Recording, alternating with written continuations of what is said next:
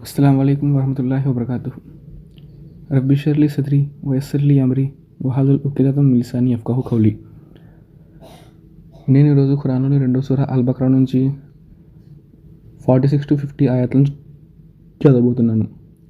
అనంత కరుణామయుడు అపార కృపాశ్రైన అల్లాహ్ పేరుతో ప్రారంభిస్తున్నాను. అలాంటి వారు తమ తమ ప్రభువును నిశ్చయంగా కలుసుకోవాల్సి ఉన్నప్పుడు మరియు ఆయన వైపునకు మరలి పోవలసి ఉన్నప్పుడు నమ్ముతారు. ఓ ఇశ్రాయేల్ సంతతి వారులారా, నేను మీకు చేసిన మహోపకారాన్ని జ్ఞాపకం చేసుకోండి. మరియు నేను నిశ్చయంగా మిమ్మల్ని మీ కాలంలో సర్వలోకాల కంటే అధికంగా ఆరాధించాను.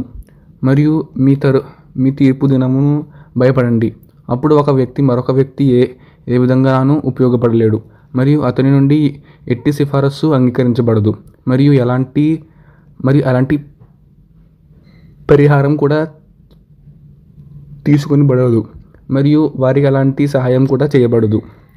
మరియు ఫిర్ఔన్ జాతి వారి బానిసత్యం నుండి మేము మీకు విముక్తి కలిగించిన సందర్భాన్ని జ్ఞాపకం చేసుకోండి.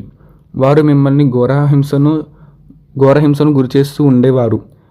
మీ కుమారులను వాదించి మీ స్త్రీలను సజీవులుగా విడిచిపోయేవాడు. మరియు ఇదంతా మీ ప్రభువు తరపు నుండి మీకు గొప్ప పరీక్ష ఉంటుంది.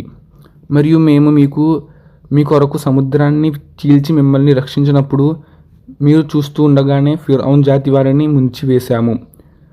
ఆ సంఘటనను గుర్తు చేసుకోండి. మరియు దీనికి అర్థం ఏమిటంటే,